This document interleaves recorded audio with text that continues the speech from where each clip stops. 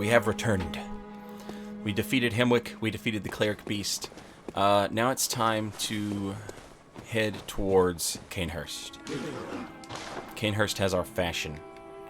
Our beautiful, beautiful fashion. I suppose we should also be thinking about grabbing the... That was a mistake. We should also be thinking about grabbing the Radiant Sword Hunter badge from at the top of Uden Chapel. It gives us some items to buy. I don't remember what exactly, though. But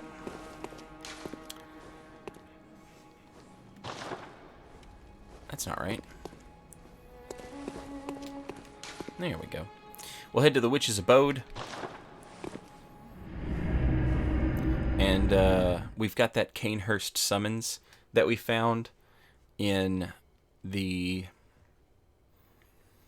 Yosefka's sick room.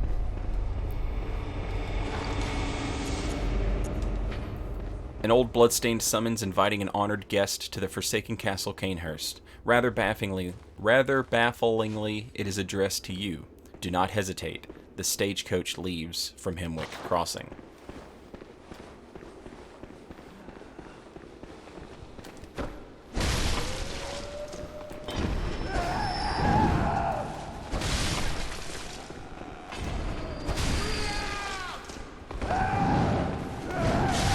Hey!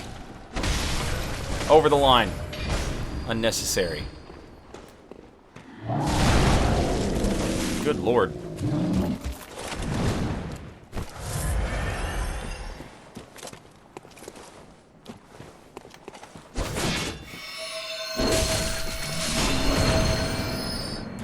Evaporated. Absolutely evaporated.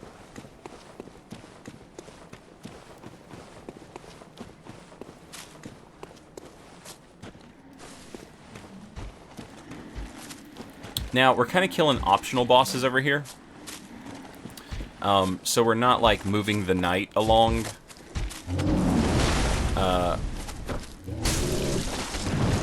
We're good on that until... I don't know if the knight changes after Shadows of Yharnam, but it does for sure change after Rom. Hello there.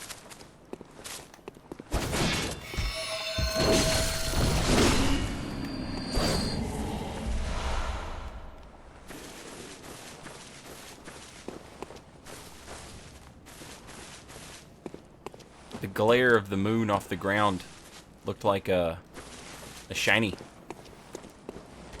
Hello, dog. Hello.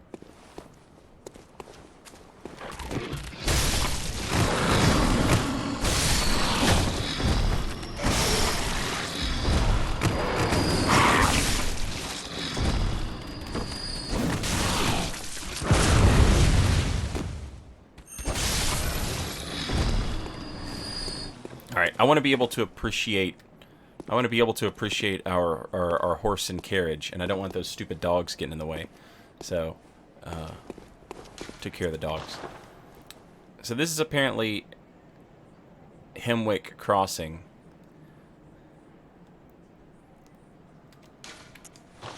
And as we approach the obelisk, we get cutscene.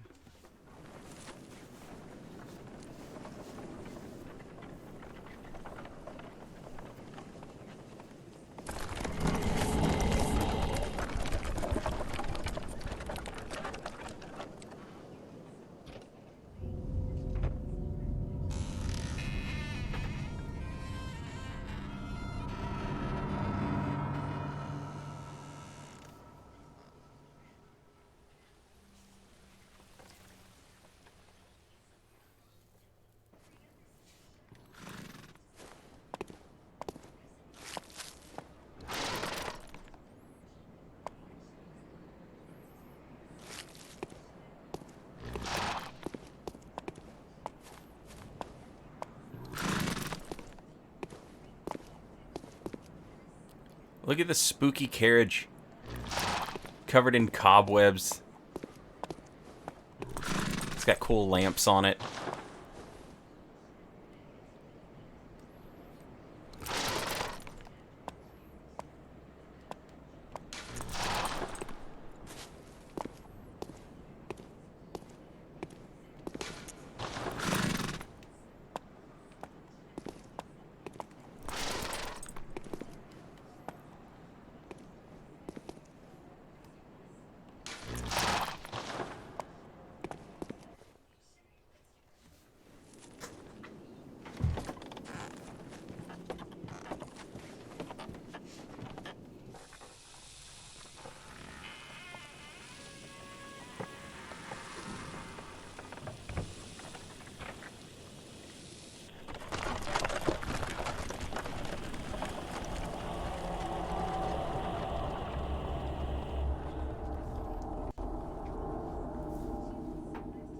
I love this cutscene so much. It's so well done. The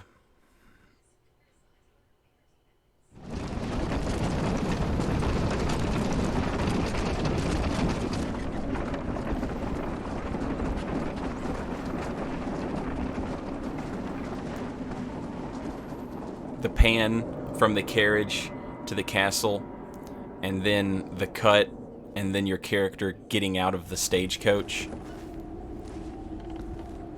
And then the big reveal. It's so good.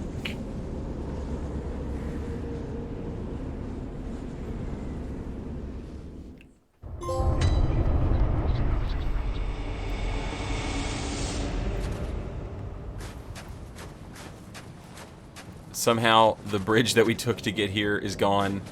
Our wagon is covered in snow and ice, and our horses have been dead for God knows how long.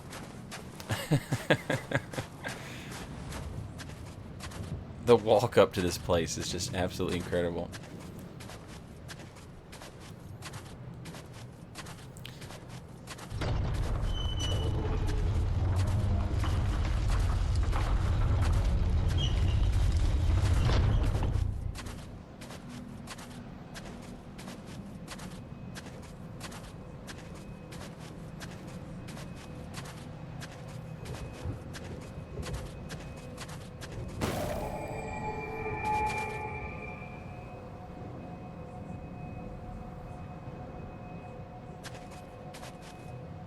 Think Cainhurst took inspirations from sources besides Bram Stoker's Dracula or not? What's interesting about that is that From Software like takes these field trips, and they go to places and they take inspiration from like actual places, like the astral clock in Bloodborne is like, that's like an actual place in where the hell's it at, chat? I know one of you knows where that's at. I want to say the Czech Republic, but I might be wrong. And, like, the guy who designed the Czech Republic, like, his name is literally, like, Mikolash. Ow. Oh, Jesus.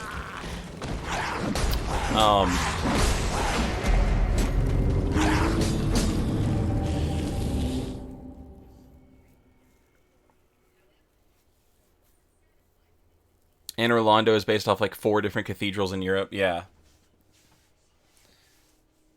No, the guy who designed the clock, Yalta. Come on now. Hey, what's up, Monarch?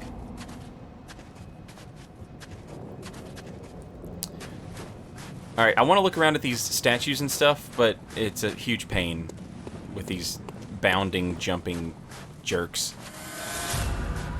And I never know where they're coming from.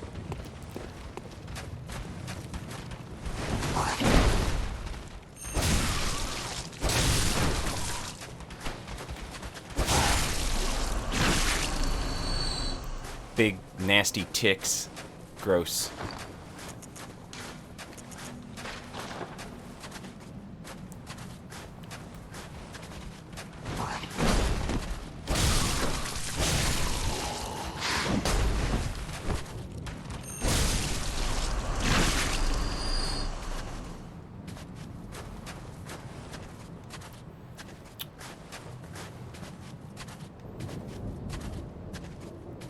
obviously humanoid, obviously used to be human. This is some remnant of, you know, I guess maybe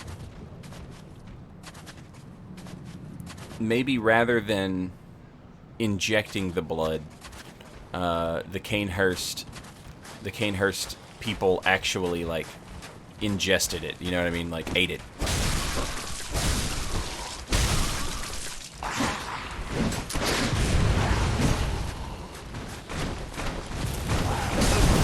Jesus.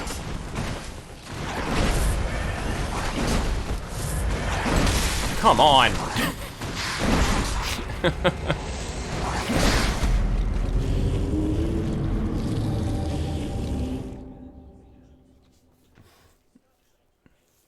Prague. That's it.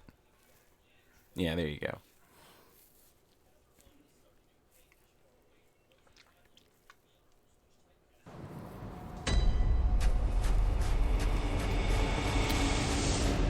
I hate these stupid enemies. Like, they're just entirely too badass. Like, who needs an enemy this...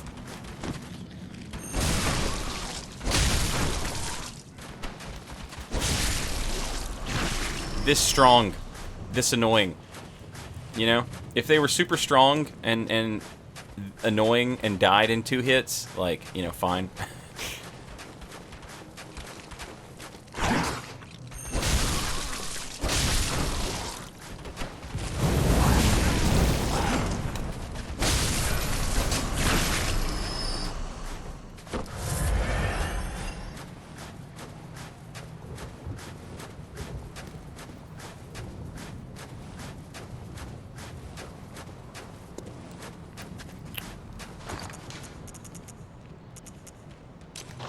I wonder if they're resistant to poison.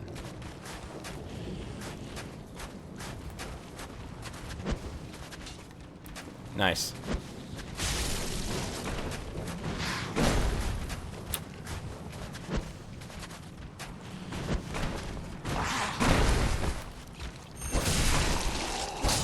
Uh-oh.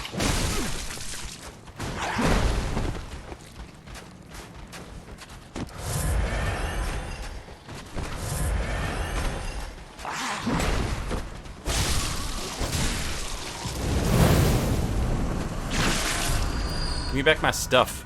That's mine.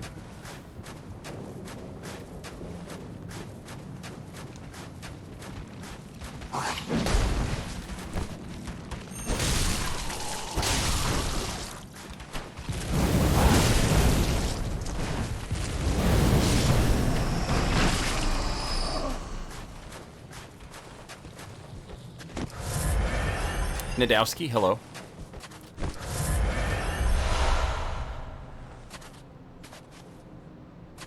So all the statues everywhere.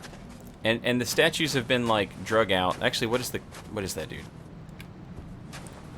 Is that dude? Yeah, that's a church hunter. All the or a church doctor, actually. All the statues have been drug out into the snow. It doesn't seem like they cared much about how the statues ended up. This, you know, some of them are broken. This makes me think that it was like when the capital E executioners like sieged the castle. They pulled out some of their statues and stuff to take with back to Yharnam.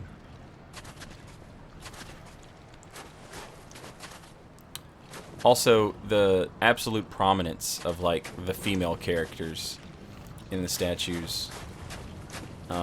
There are some male statues, but the female statues are, like, up on pedestals, literally, and built, like, to be tall, imposing.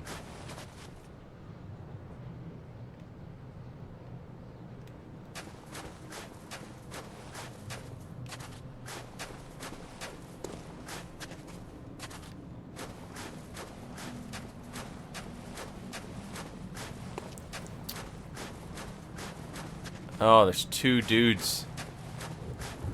Now, down here, there's a decent blood gem. But you gotta get through a bunch of gross worms to get it.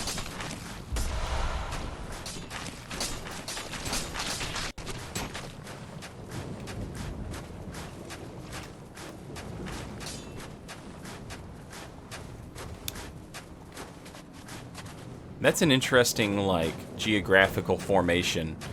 Like, why is that? Why is it down there? And why is it full of vermin? The idea that, like, I talked about this during the Sekiro playthrough.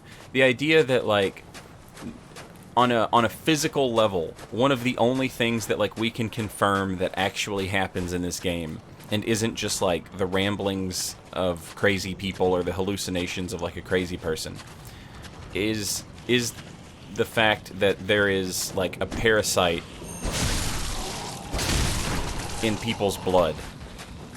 Like, there's vermin that live inside people's blood.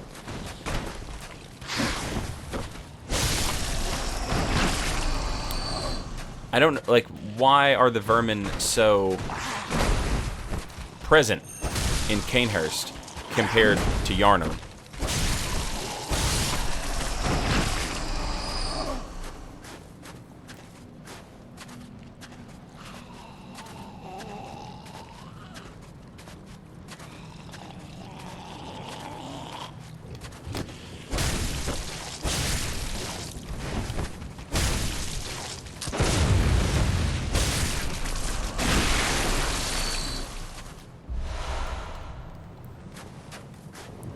Frenzied cold blood. So this is the blood of a corpse. This is the blood of a corpse that died due to frenzy.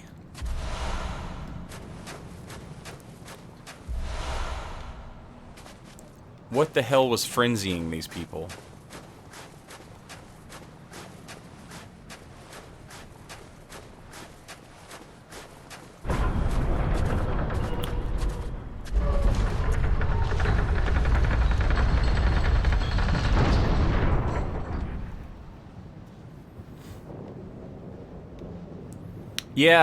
Yeah. Like, obviously Cainhurst has access to the labyrinth somehow.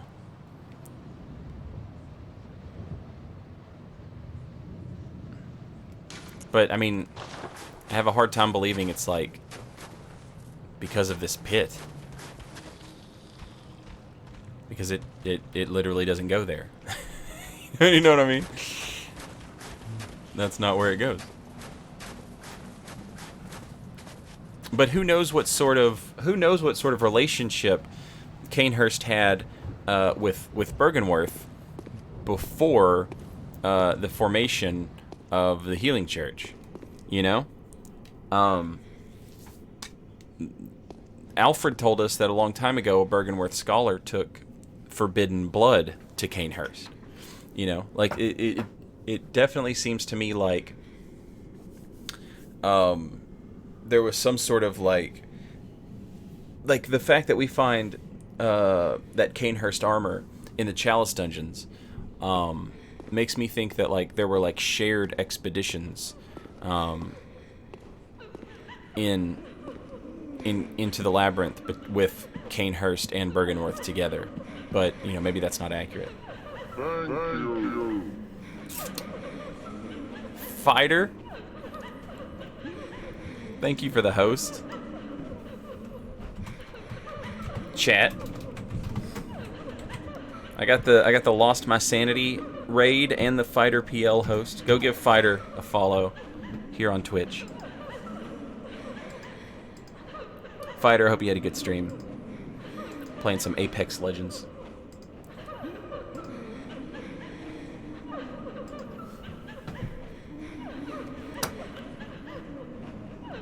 Hey, I appreciate it. Thank you, Fighter.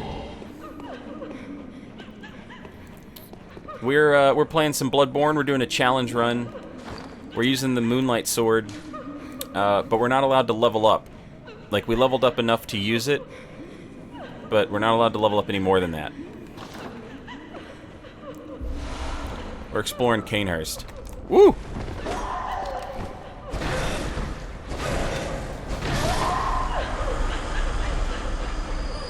Taking our time. We're going slow. This is the exact opposite of a speed run.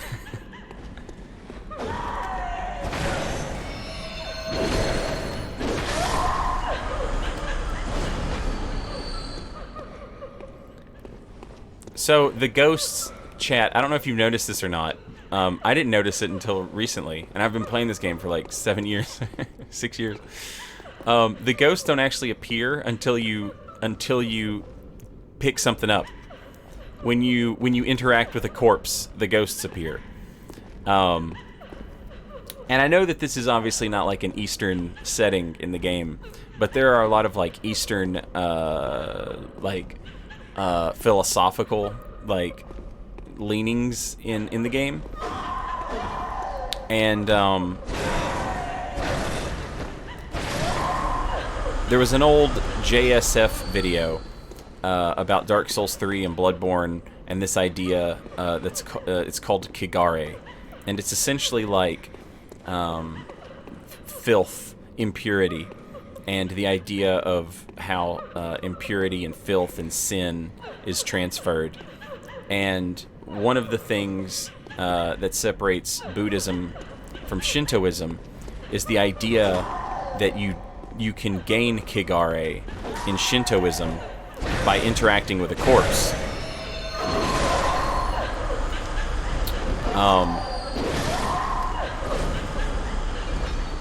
In a more Western sense, Christianity has something similar in the Old Testament, in Leviticus.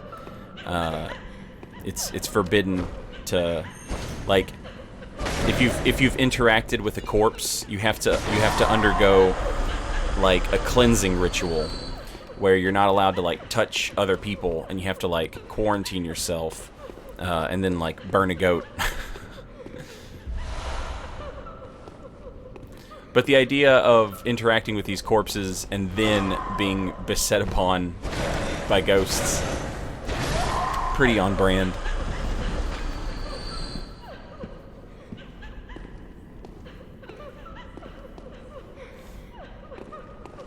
Yeah, Buddhism looks at death as something that's like just part of life and the natural cycle, and not to be avoided, and to, you know, it's just to be embraced. It's just a part of life.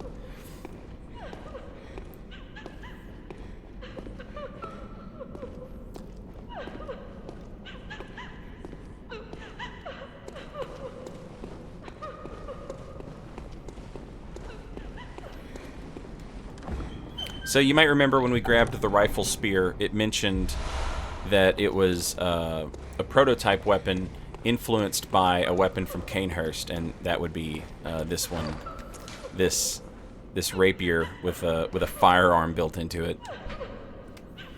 It combines an elegant knight's sword with the peculiar firearm wielded by the Cainhurst order. The old nobles, long-time imbibers of blood, are no strangers to the sanguine plague, and the disposal of beasts was a discreet task left to their servants, or knights, as they were called, for the sake of appearances. The idea that in Cainhurst they also had, you know, the beast plague, and again here it talks about it, like it says that the old nobles were long-time imbibers, drinkers of blood, so they also experienced the plague, but they left the plague to be handled by their servants. So these dudes are like, you know, they're mopping the floors. Now once we start attacking, they sort of get like, you know, oh no, don't hurt me. But when we find them like in their neutral element, they're like cleaning the floors, like OCD, wiping the windows and stuff.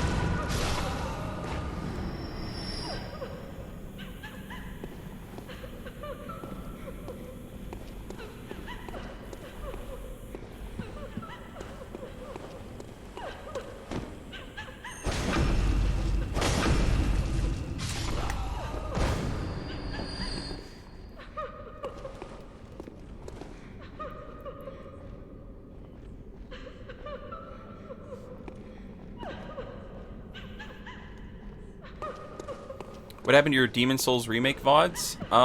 They probably just expired, honestly. But I intend to do a playthrough of Demon Souls similar to what we're doing right here with Bloodborne. Very nice, slow playthrough.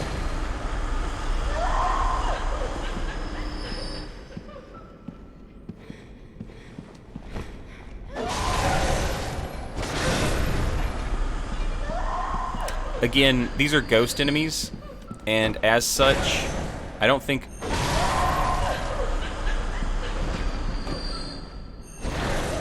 Hang on, let's check. Oh, shoot. Okay. So we can rally off of them. I think. Yeah, we can rally off of them. Ooh!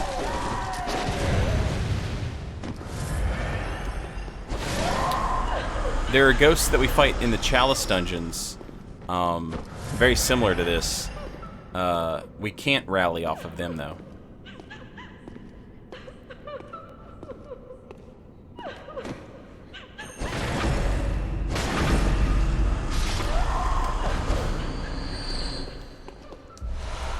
And our first bloodstone chunk. Oh yeah, let's go.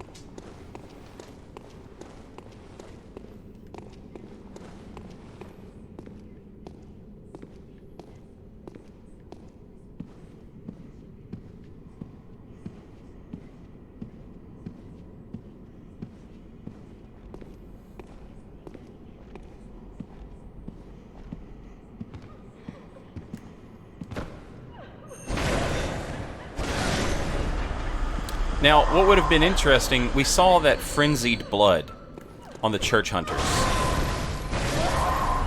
The church doctors. Now, the church doctors were not the people who came in here and, like, cleaned the place out.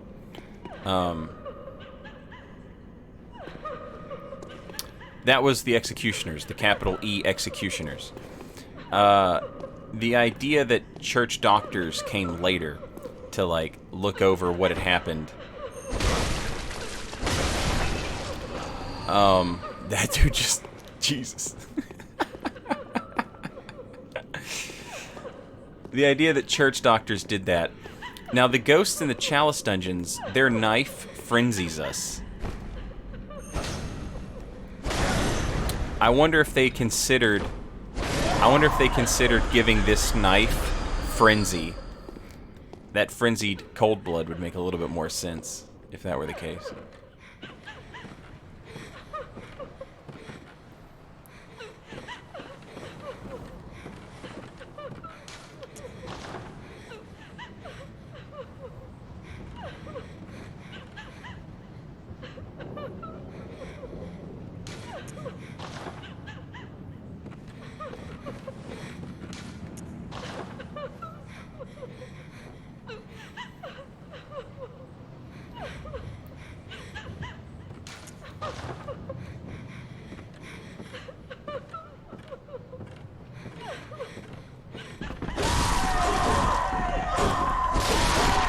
Oh, man. There was one behind me.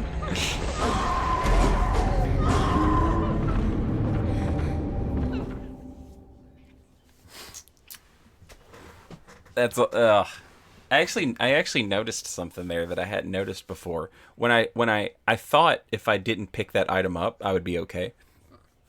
But just touching the corpse, you get this effect where the camera darkens.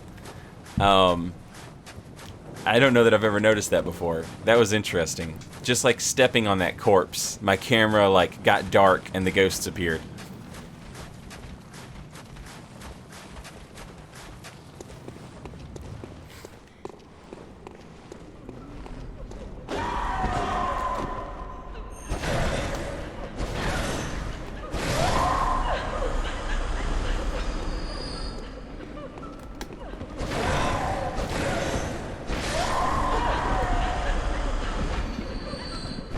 Why are there ghosts here?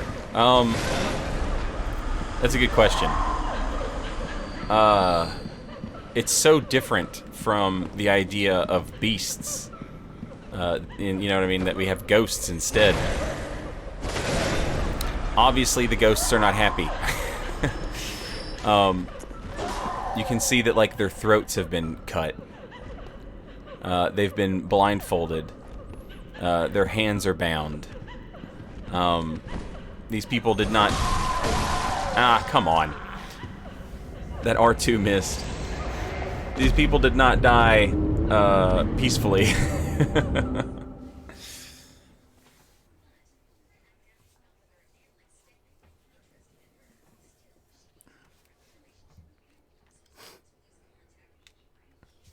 And what did people witness here because of the madman's knowledge? The madman's knowledge is, like, we can't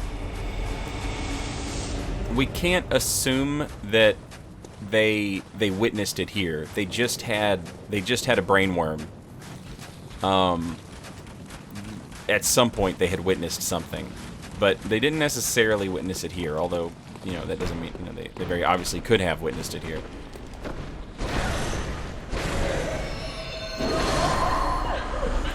I wonder if we're better off with the arcane damage. No.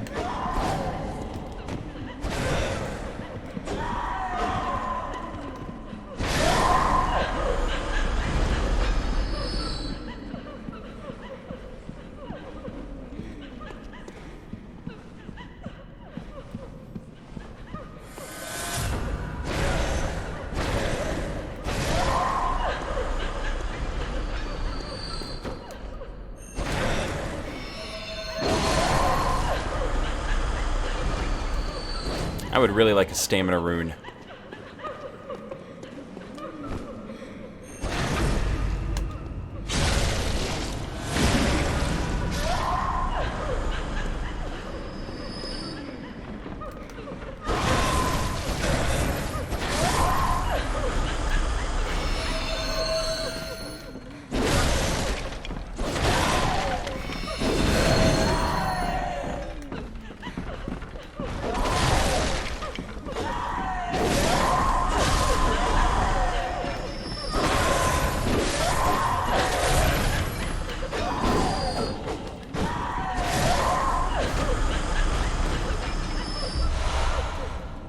Quicksilver bullets. Just protecting some Quicksilver bullets.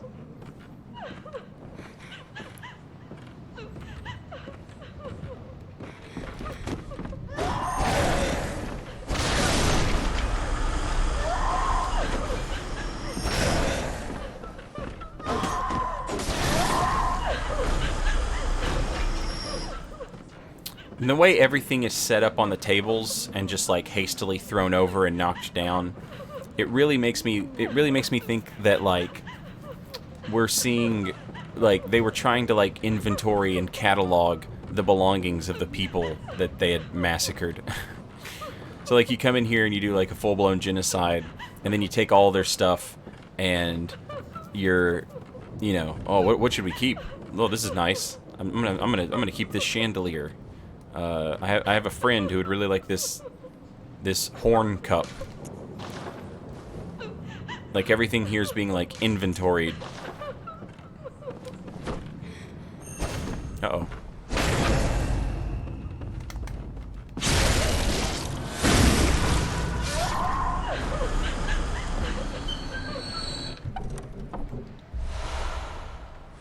We get a noble's dress. This is the same dress that Ariana wears.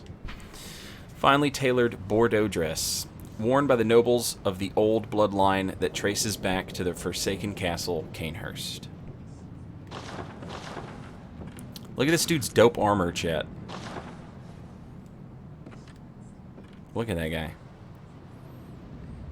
What was that painting name in the painting's name in Vigo the Carpathian? Look at this dapper man right here. He's yeah, look at him.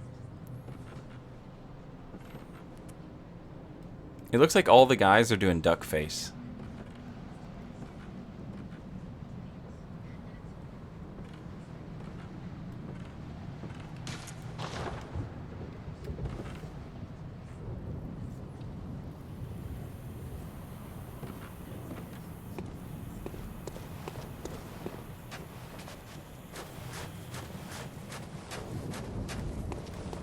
Oh, I guess we should take our time and look around, right? Again, we see the lake, and this is the same lake, right? Because we could see this castle from Hemwick. So like there's Yarnum, so Hemwick would be over there. Yeah, like there's one of the weird steeple houses.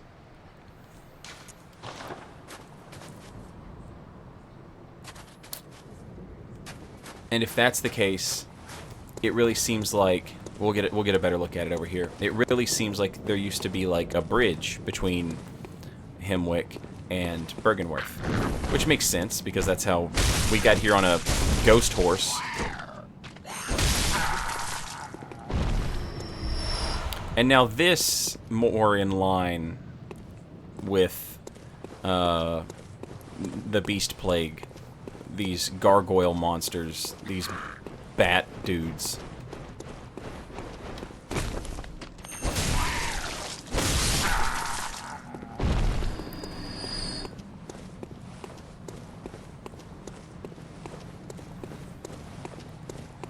Bat dudes. Things, bats, ticks. All of the Cainhurst beast, scourge, tied to blood-sucking.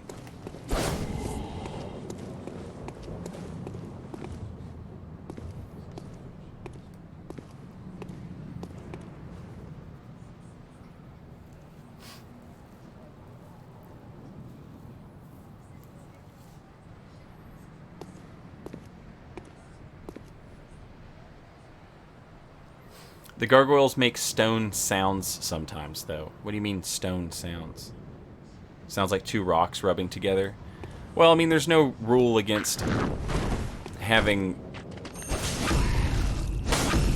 monsters with stone skin, right?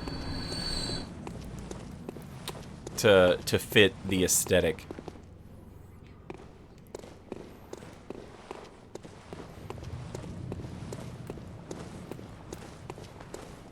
So, now, we've seen these dudes. This is, like, one of the actual knights, which is hilarious.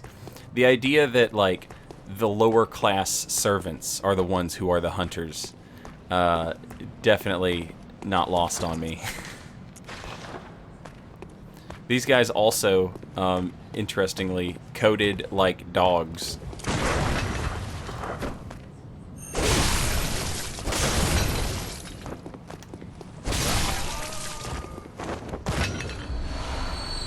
Blood tinge damage knocks them over.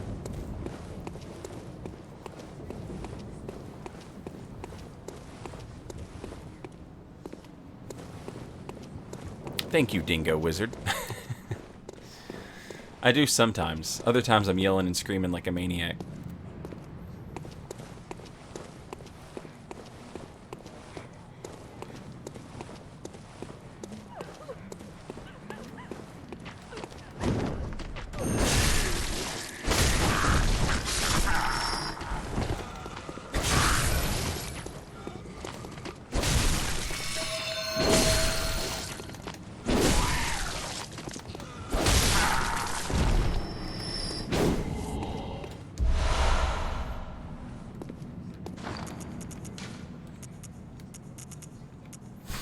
Trousers worn by the band of executioners commanded by the martyr Logarius later became the basis for all church attire. As the great Logarius once said, acts of goodness are not always wise, and acts of evil are not always foolish. But regardless, we shall always strive to be good.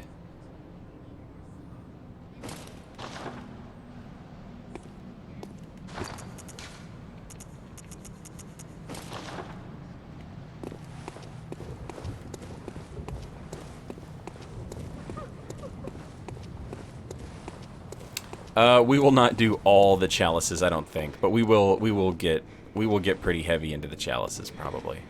I was actually watching Lobos do his slow run of Bloodborne the other day, and when it came to doing chalices, he just started co-oping, and I was like, that's not a bad idea. A lot of those chalice dungeons are like a huge pain. A huge pain in the butt.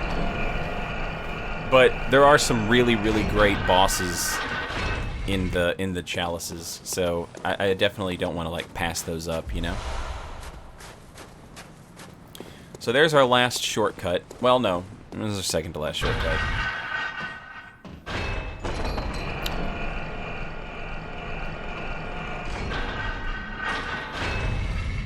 This fella right here definitely kind of giving me some servant vibes because of the big palm frond, but he's also, I don't know, he's also on a pedestal, so maybe not.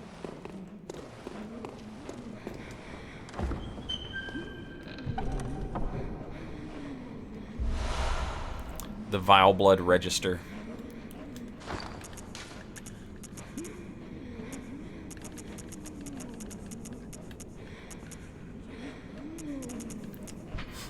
A red leather record of the Vile Bloods loyal to the covenant of Annalise, Queen of the Vile Bloods at Cainhurst Castle.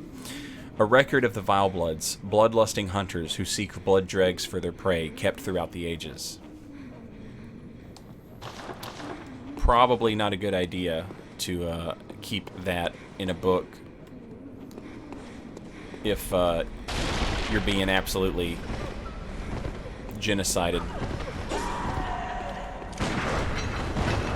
Now this fella here has a little blow dart, and if he hits us with that blow dart, it puts the corruption rune over us. And when we have that rune, these ladies go crazy. They lose their whole damn mind.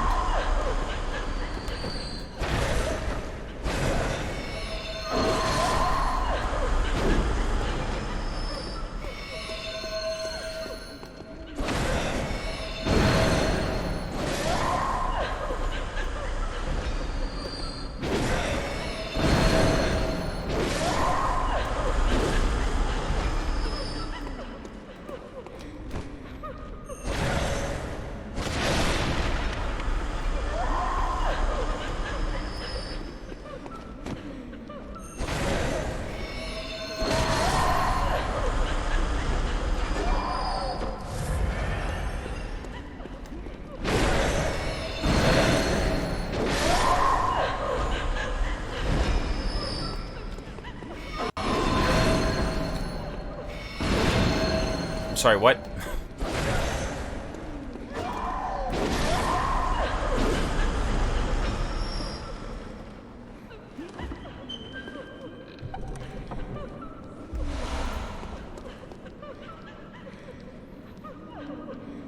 Any epic arcane gems and dungeons? Yeah, absolutely. If you're wanting to turn a weapon into an arcane build weapon, you're gonna want to fight the Thumerian Elder. He has a chance to drop, if you fight him in like a layer 3 or below, he'll drop a Cursed Cold Abyssal, which increases the scaling of arcane on a weapon that you slap it on by like 65. So it'll take a C scaling arcane weapon and turn it into an S scaling arcane weapon. And it has a secondary effect like add arcane damage. 15 or something like that, you know. Now, in the case of the Moonlight Greatsword,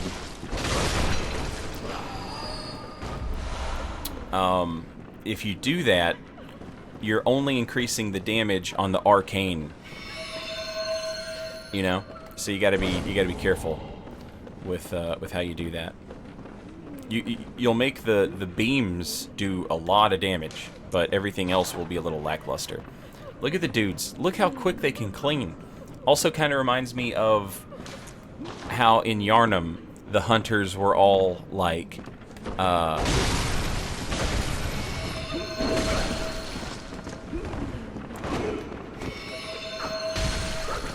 whoa, I'm sorry, what?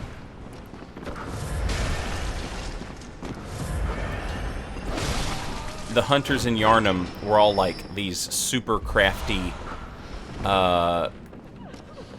cobblers and dressmakers, doll makers. Like they had these skills outside of hunting beasts. They had, you know what I mean? And like these dudes are like these badass beast hunters, but they're also like just, you know, butlers.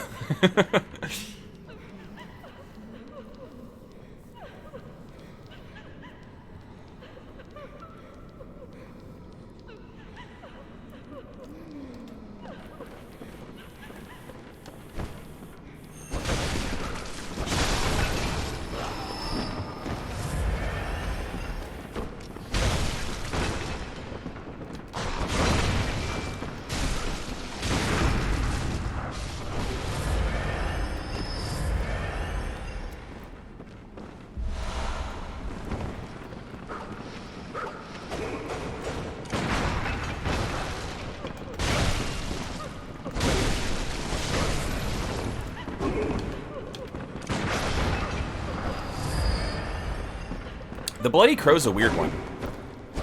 Like, who can say what the hell the Bloody Crow is, you know?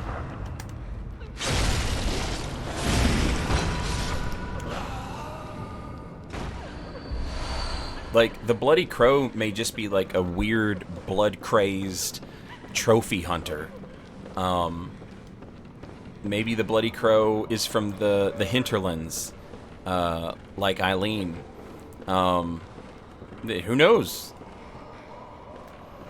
There's so much going on in that character design. Uh-oh.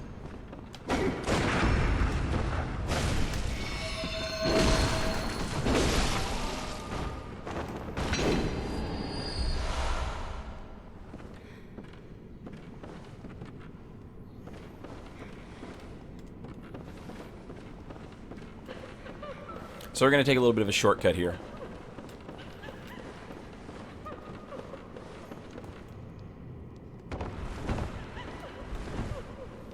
Alright, this opens up the last shortcut for us.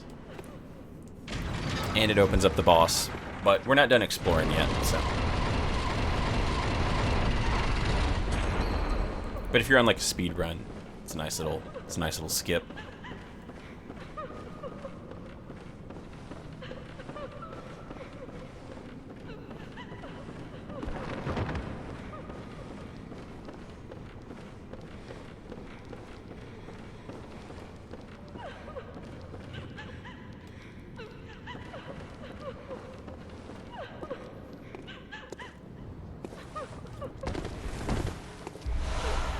Yeah, okay, so like the old hunter bone on the crow on the Bloody Crow of Cainhurst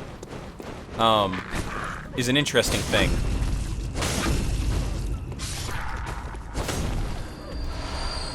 That's an interesting thing. Because the bone tells us that we're literally teasing the art of quickstep out of the bone. So like the Bloody Crow using the bone would indicate that the Bloody Crow does not have the ability to quickstep like Maria does. Maria obviously has ties to Cainhurst. So the idea that a Cainhurst hunter would just be able to do that. They wouldn't need the bone to do it. And the fact that they're using the bone clues us in on the fact that like they at least have 15 arcane, right? But the arcane stat is the trigger there. That's the key, because that's what allows us. That's what our arcane understanding is what allows us to draw the technique out of the bone and give us the technique. It's essentially like a Ouija board. You know what I mean? Like we're doing necromancy essentially.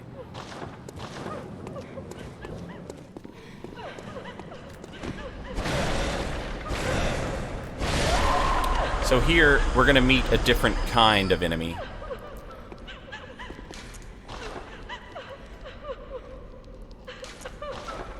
one of the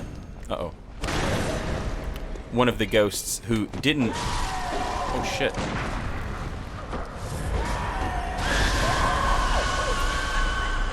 Didn't just have her throat slit, but had her head completely removed.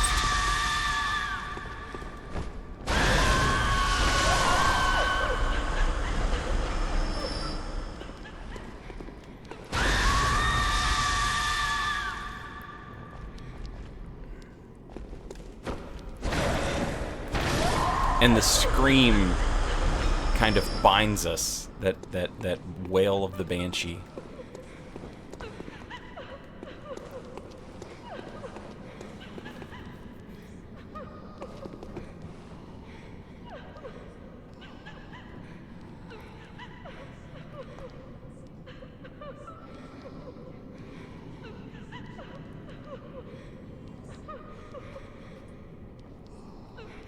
Oh, sorry.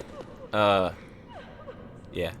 Just kind of catching up with chat, because I love doing these types of playthroughs because chat is like all the time reminding me of things that like I would otherwise forget. And then chat always has some cool theories. And then when I post them on YouTube, the people on YouTube also sort of chime in.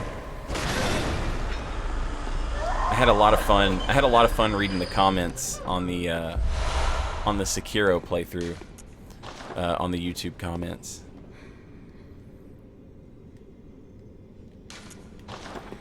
It looks like that's a blood gem on the cover of that book, doesn't it? That looks like a blood gem.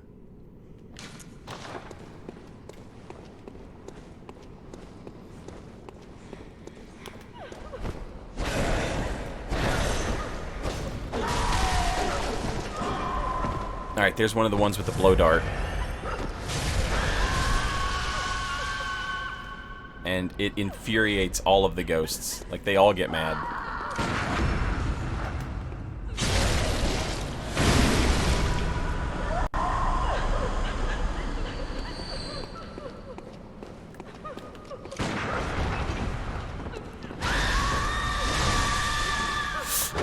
Oh no!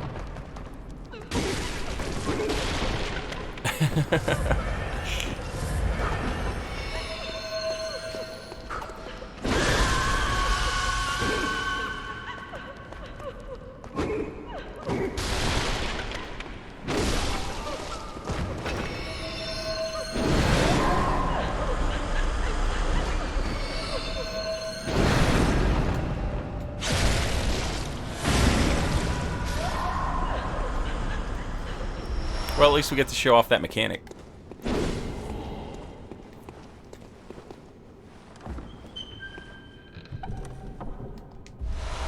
And here we find the Executioner's gloves.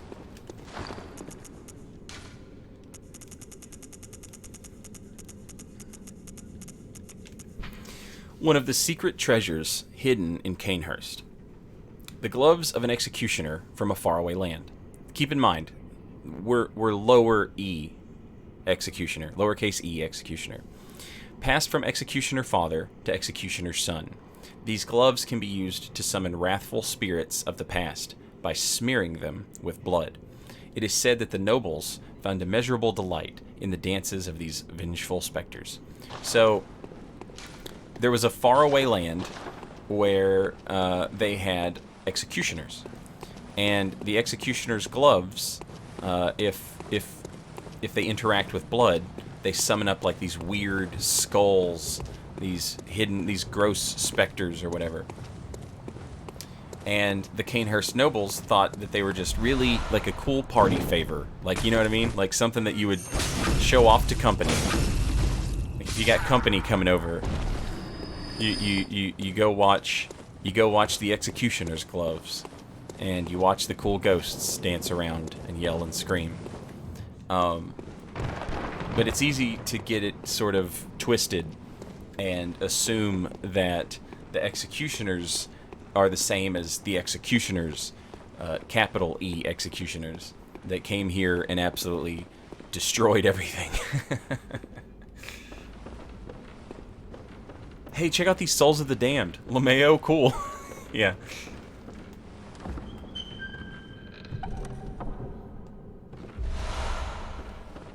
I love the idea of drunk aristocrats calling on vengeful spirits like they're firecrackers. Yeah, yeah.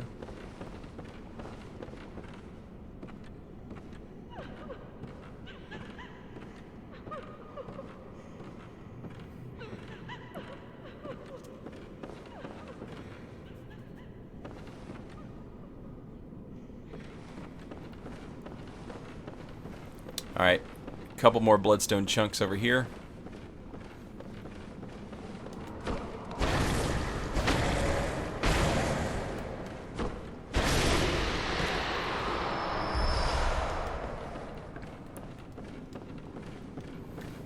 And that's going to put us up to 5 bloodstone chunks. So we should be able to level up our weapon twice, I think? I always lose track. Between the Souls game, they always change how many it takes to level up your weapon. So I always forget, like, how many is it actually?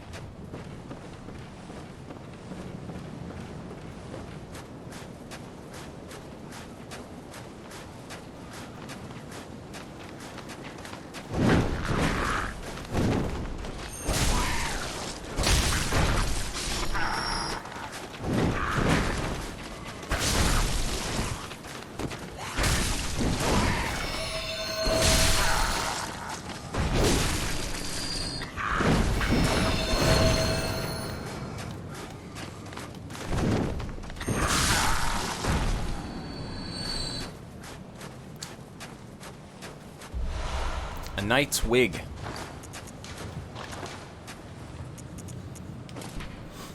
Adornment prized by the Knights of Cainhurst resembles a ponytail of silver hair. The Cainhurst way is a mix of nostalgia and bombast. They take great pride even in the blood-stained corpses of beasts that they leave behind, confident that they will stand as examples of decadent art.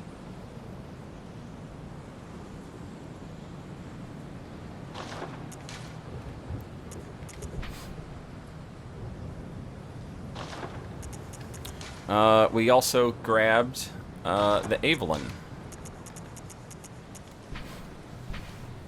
The Evelyn uses quicksilver bullets just as any workshop firearm, but the Cainhurst variant relies more on blood tinge.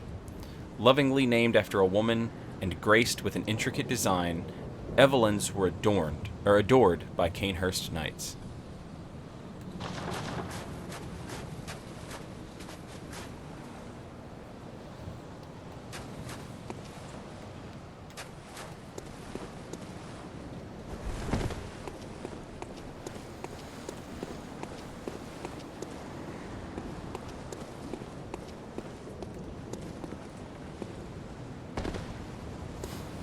All right, we'll take a swing at Marty Logan. I don't know that we'll get it with 14 blood vials and 10 bullets, but we'll take a swing at it.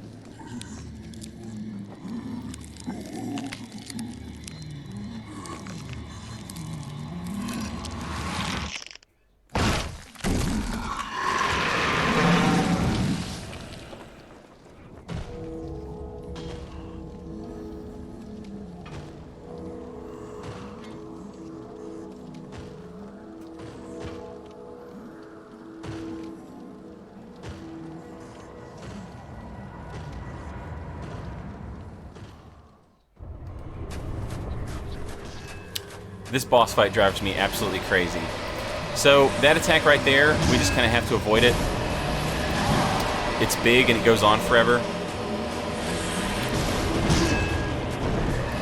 You can get, if you're using a fast weapon, you can get in and punish it once and then leave.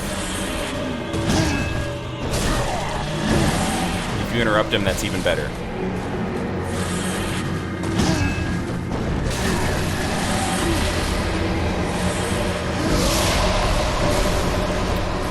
Every time you hit him, he has this follow-up attack he can do, where he sends out one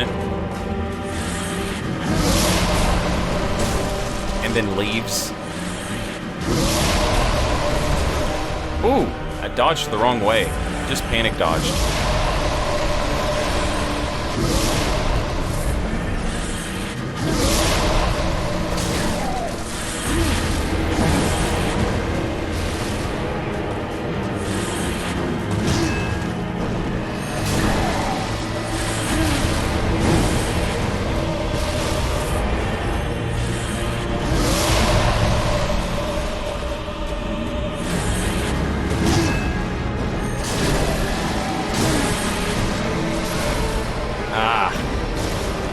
That's basically what happens. If you try and stick around too long, the Swirlio and the Big Skull combine together into one explosive, explodey skull, and it's rip. So you just have to avoid that. That's it. He can swing the scythe as a weapon. It's very slow, and you can try and get a parry on him.